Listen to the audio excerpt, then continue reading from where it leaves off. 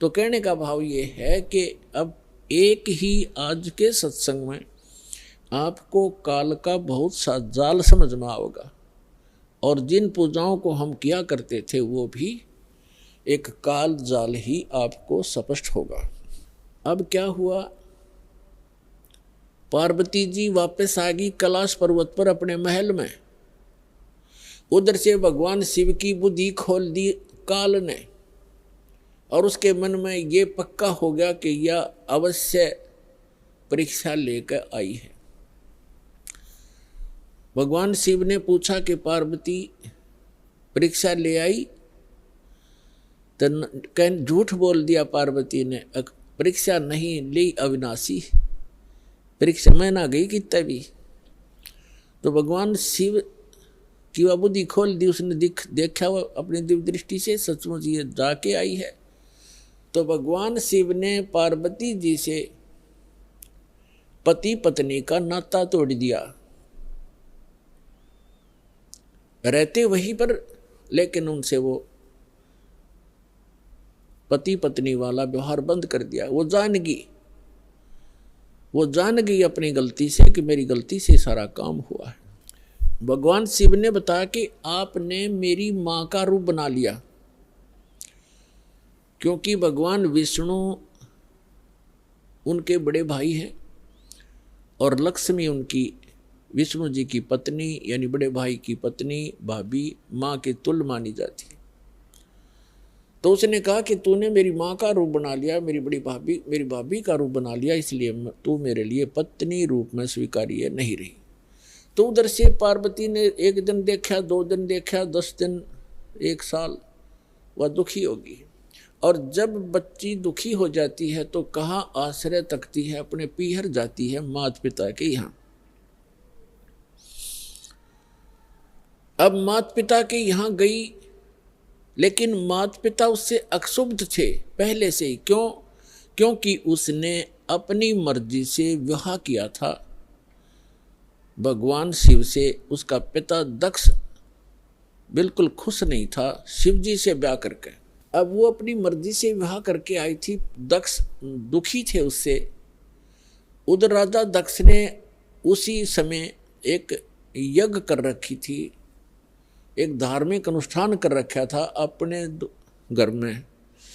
और धार्मिक अनुष्ठान के अंदर एक ऐसा इन ब्राह्मणों ने, गुरुओं ने बना रखा है कि धार्मिक अनुष्ठान करे तब सारी लड़कियों को, उनके पतियों को यानी अपने दामादों को भी आमंत्रित किया जाता है, और भी गणमान्य व्यक्तियों को, साधु संतों को भी आमंत्रित किया जाता है। तो पार्वती जी की जो अन्य बहनें थी उनके पति भी आए हुए थे, वो बहनें भी आमंत्रित की हुई थी, लेकिन पार्वती को आमंत्रित नहीं किया था, ना शिव को बुलाया था, क्योंकि राजा दक्ष उनको उनकी शक्ल भी देखना नहीं चाहते थे।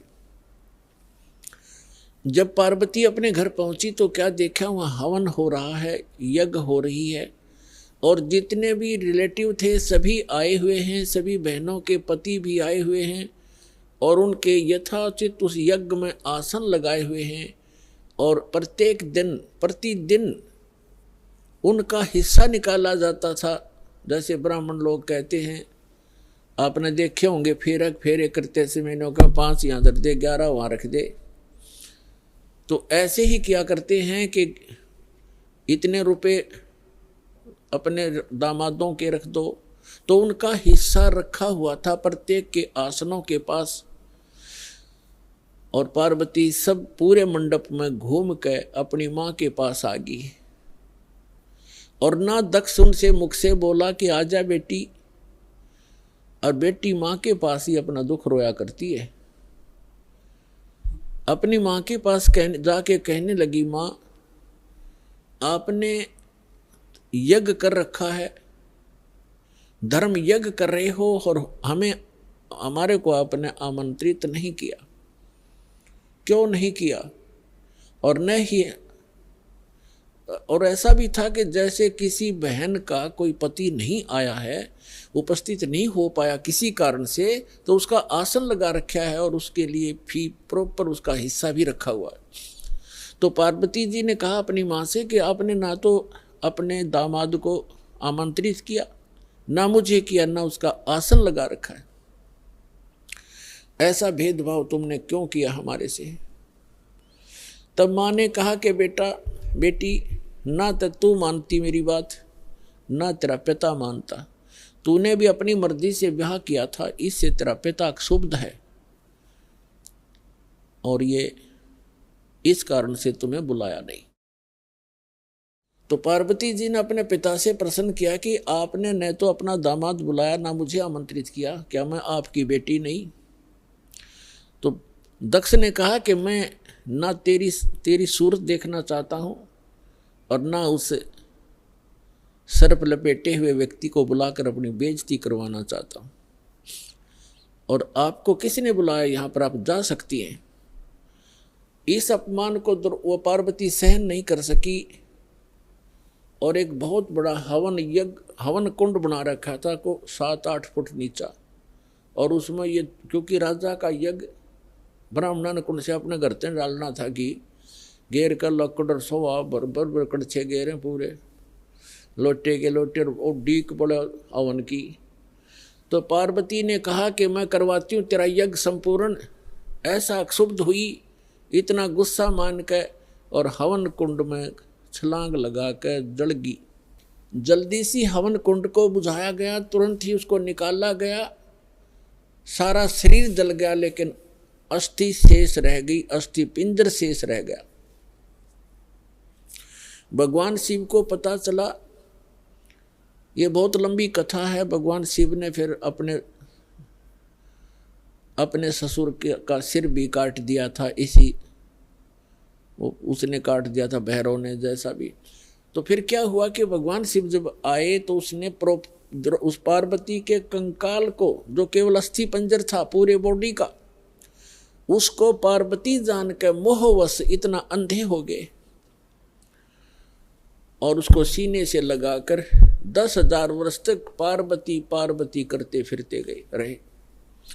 एक दिन भगवान ने सुदर्शन चक्र से उस पार्वती के टुकड़े टुकड़े कर दिए, उस अस्थि पिंजर के। तो उसके विषय में बताते हैं कि जहाँ नैन गिरी वह नैना देवी, जहाँ धड़ गिरी उसकी वहाँ पर वैष्णो देवी। ऐसे वैष्णो देवी और नैना देवी की स्थापना हुई क्योंकि वहाँ इन पार्ट्स ऑफ द बॉडी को, शरीर के अंगों को, जहाँ नैन गिरी थी वहाँ उनकी समाधि दे दी और उसकी एक यादगार बना दी कि यहाँ पर ऐसी घटना घटी थी, कहीं आने वाले समय में कोई इन ऐतिहासिक और पौराणिक बातों को झूठा ना सिद्ध कर दे, इसलिए वो यादगार बनाई थी। और आज वहाँ पूजाएं शुरू होगी। ऐसी जहाँ धड़ गिरा था वहाँ पर वैष्णो देवी बना दी, एक यादगार बना दी और उसको मंदिर का रूप दे दिया, जैसे कि आने वाले समय में ये चिन्ह बना रहे, ये अवशेष बने रहे। इस प्रकार ये हमारे धार्मिक तीर्थ बने। हम फिर जाने लगे, वहाँ श्रद्धा से मत्था टेकने लगे, चढ़ावा दान दक्षिणा करने लगे, फिर पुजारी बैठा दिए, अब वहीं घंटी बजा के हम कल्याण मोक्ष समझने लगे। तो अध्यात्म ज्ञानहीनता के कारण हम ऐसा कर रहे थे, ये डले ढो रहे थे। अब जो प्रसंग चल रहा है कि पार्वती जी का फिर नेक्स्ट जन्म जब हुआ, हिमालय के जन्म हुआ और शिव से विवाह हुआ।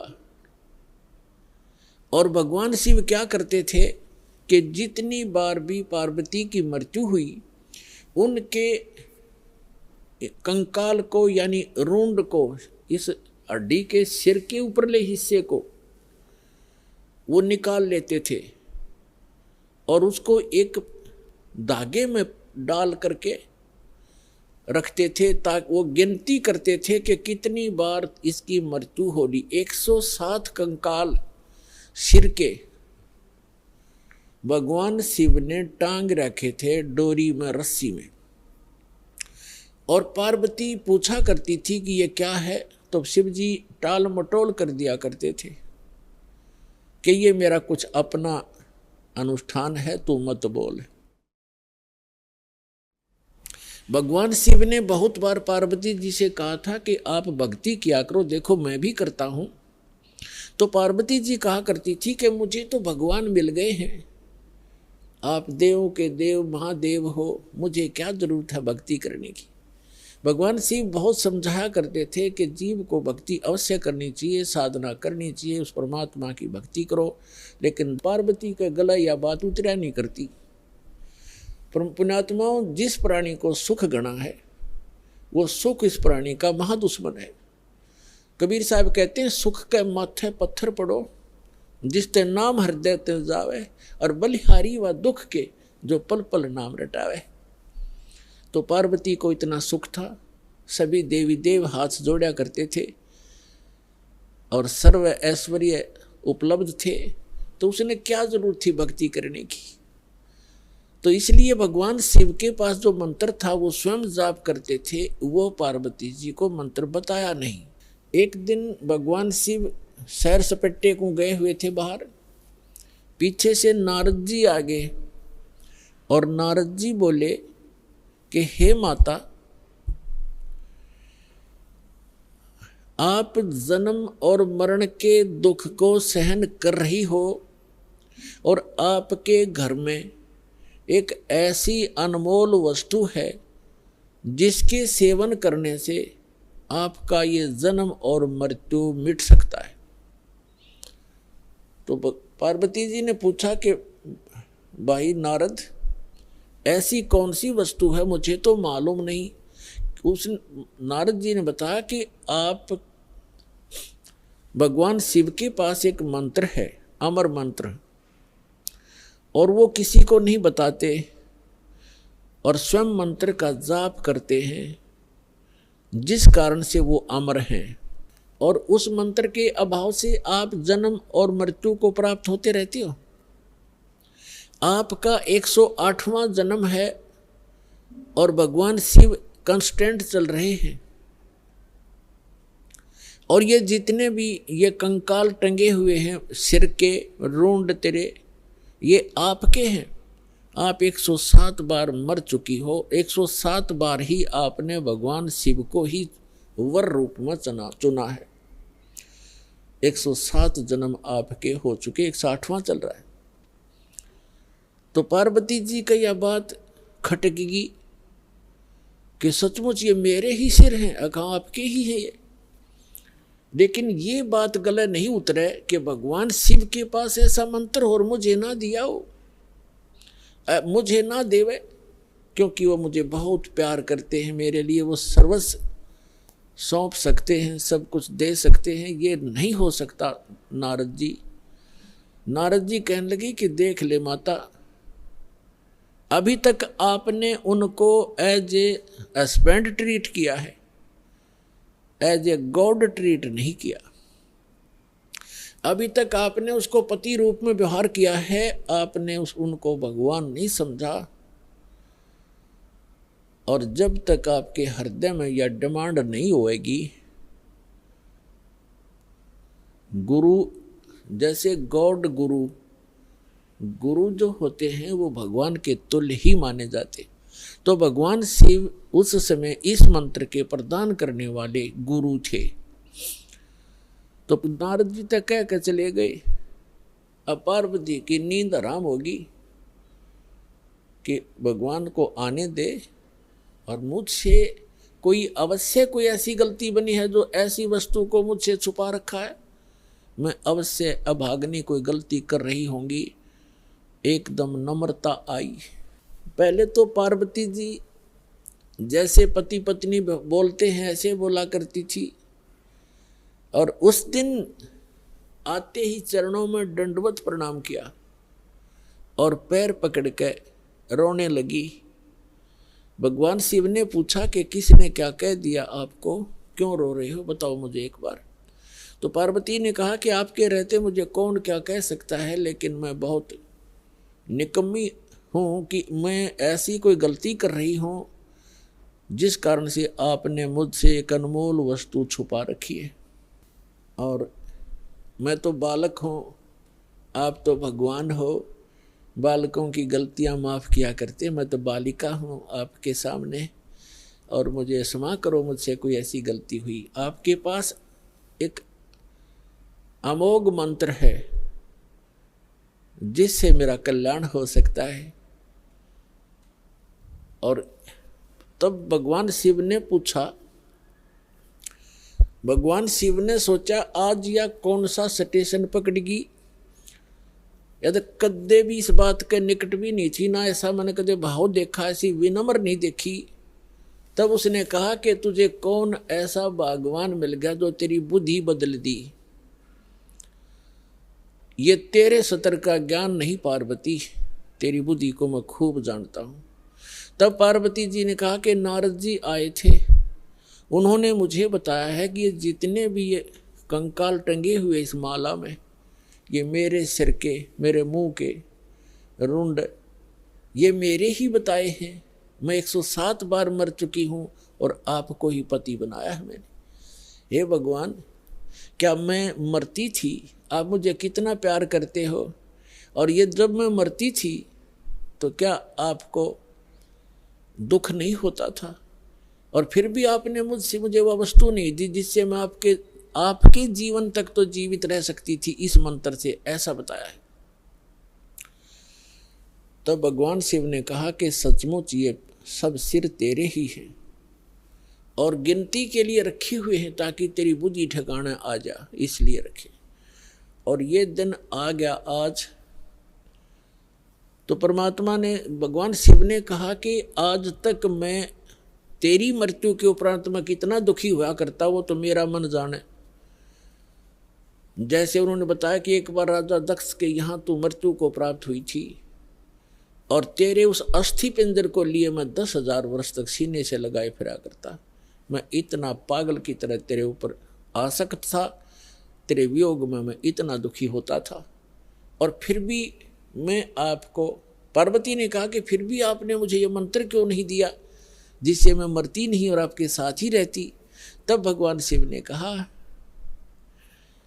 कि ये मंत्र ऐसे नहीं दिया जा सकता, जब तक जिज्ञासा प्रबल ना हो इस मंत्र के बताने का कोई लाभ नहीं बताने वाले को, बल्कि पाप ही लगता है। अब जैसे एक सीप होती है जिससे मोती बनते हैं, सीप जिससे मोती बनते हैं। एक जीव होता है समुद्र में, उसका ऊपर का जो बॉडी होता है वो बहुत सख्त होता है, और छोटा सा सीप होता है, और वो जिस समय समुद्र के अंदर एक ऐसा वातावरण बनता है उसको प्यास लगती है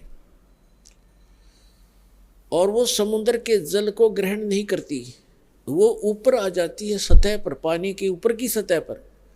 और जब स्वाति नक्षत्र में, स्वाति नक्षत्र की ऊपर से कोई बूंद आसमान से उसके मुख पर गिर जाती है उस समय, तो उस बूंद से जब मुंह खुला हो सीप का, उसकी डिमांड होती है उस बूंद की, आसमान के पानी की बूंद की, और उसमें मुंह खुला हो और उसमें वर्षा हो रही हो, तो मुंह खुले हुए पर एक ही बूंद पर्याप्त है उसमें मोती बनाने के लिए। और मुंह खुला ना हो और सीप बेशक ऊपर सतह पर जल के ऊपर घूम रही हो, चाहे सारा सामन बरस जा, उस मोती नहीं बन सकता क्योंकि उसका मुंह खुला नहीं है। तो ऐसे ऊपर बगैर मुंह खुले और उस बूंद की कोई वैल्यू नहीं है, व्यर्थ जाती है। ठीक इसी प्रकार भगवान शिव ने बताया कि आपके अंतःकरण का मुंह खुला नहीं था, आपके अंदर ये जिज्ञासा उत्पन्न नहीं हुई थी, इसकी डिमांड नहीं हुई थी। और आज नारद जी ने आपके अंदर ये प्रेरणा पैदा करके आपके अंतःकरण की वो डिमांड प्रेरित कर दिया, आपको आपकी प्रबल इच्छा होगी। अब ये मंत्र दूंगा पार्वती तो तेरा काम करेगा। पहले मैंने बहुत बार कोशिश की थी कि आपको ये मंत्र दूं, लेकिन आपने तो कान्ना पे कटाड़ी सारी बात, और कभी भी नहीं आपने भक्ति करने की सोची भी नहीं। अगर आप मेरे ज्ञान को सुनती तो मैं ये मंत्र आपको प्रेरित करके ये मंत्र भी देता, लेकिन ये ऐसा अनमोल मंत्र है, बगैर जिज्ञासु के और प्रबल इच्छा हुए बिना ये देना व्यर्थ होता है। इसलिए मैंने आपको मरते हुए भी देखा, मैं रोता भी था, डकराता था, टक्कर मारता था, लेकिन ये अनमोल वस्तु दे नहीं सकता था। तो पुण्यात्माओं, उस मंत्र को कितना कॉन्फिडेंस रखा गया था भगवान शिव के द्वारा। पार्वती के अतिरिक्त उन्होंने किसी को ये मंत्र फिर खोला भी नहीं। अब पार्वती से कहा कि इस मंत्र को मैं उस स्थान पर दूंगा, कोई अन्य जीव जंतु ना सुन ले। तो वो कहाँ ले गए उनको? वहां ले गए जहां आज अमरनाथ नाम से स्थान प्रसिद्ध है। वहां एक उस स्थान पर एक सूखा वृक्ष था, सूखा वृक्ष खड़ा था, उसके पत्ते नहीं थे, टहनी अवश्य खड़ी थी, पत्तों रहित सूखी। और उसकी एक खोगड़ माने वृक्ष के अंदर एक उसके तने में एक सुराख बन जाता अपने आप ही कुदरती। और उसमें एक मादा तोते ने अंडे दे रखे थे, उत्पन्न कर रखे थे। एक तोते के अंडे थे उसमें। तो भगवान शिव ने देखा कि आसपास, क्योंकि अगर कोई हरे वृक्ष के नीचे बैठते हैं तो कोई ना कोई पक्षी भी आकर बैठ सकता था, दिखाई नहीं देता। इसलिए ऐसे सूखे वृक्ष के नीचे बैठे जाकर कि कोई पक्षी भी निकट आवेगा तो पता लग जाएगा। तो उससे पहले भगवान शिव ने अपने दोनों हाथों को ऐसे जोर से बजाया 3 बार, और इतना भयंकर नाद हुआ, आसपास के पक्षी और पशु सैकड़ों किलोमीटर दूर उड़कर चले गए, इतने भयभीत हो गए।